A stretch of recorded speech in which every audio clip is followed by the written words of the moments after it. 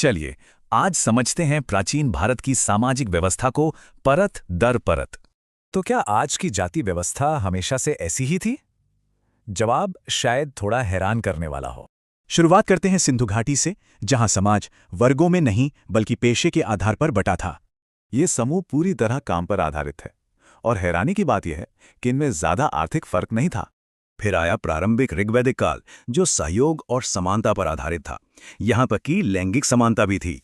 और यहीं से वर्ण व्यवस्था की शुरुआत हुई। पर ध्यान रहे, शुरू में ये बहुत लचीली थी। ऋग्वेद का ये श्लोक देखिए, एक ही परिवार में कवि, वैद्य और अनाज पीसने वाले, यानी अलग अलग वर्ण। अब आता है एक बड़ा बदलाव। समाज कर्म आधारित व्यवस्था से जन्म आधारित व्यवस्था की तरफ बढ़ने लगा। मतलब उत्तर वैदिक काल आते आते पेशा जन्म से तय होने लगा, काम से नहीं। और इसी जन्म आधारित सिस्टम ने समाज में गहरी दरारें और एक कठोर ऊंच नीच की व्यवस्था बना दी। चलिए अब मौर्य साम्राज्य की ओर चलते हैं।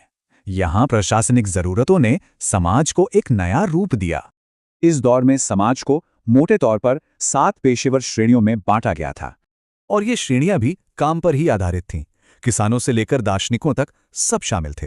दिलचस्प बात यह है कि कौटिल्य ने अर्थशास्त्र में शूद्रों को आर्य कहा और उन्हें आर्थिक भूमिकाएं भी दी। फिर सैकड़ों साल बाद गुप्त साम्राज्य में वर्ण व्यवस्था लौटी, लेकिन एक बदले हुए अंदाज में। तो सवाल यह है कि क्या यह व्यवस्था भी उतनी ही कठोर थी? देखते हैं। नहीं, इस दौर में लोगों को अपनी रुचि और काम के हिसाब से अपना वर्ण बदलने की आजादी थी। हाँ, भूमिकाएं तय थीं, पर सिस्टम इतना लचीला था कि ब्राह्मण और क्षत्रिय भी व्यापार कर रहे थे। एक और जरूरी बात, गुप्त काल में शूद्रों को अछूत नहीं माना जाता था। लेकिन एक ऐसा समूह भी था जो इन चारों वर्णों के दायरे से पूरी तरह बाहर था। इन्हें कहते थे अंत्यज, यानी अछूत। चीनी यात्री फाहियान ने भी इनका जिक्र किया है।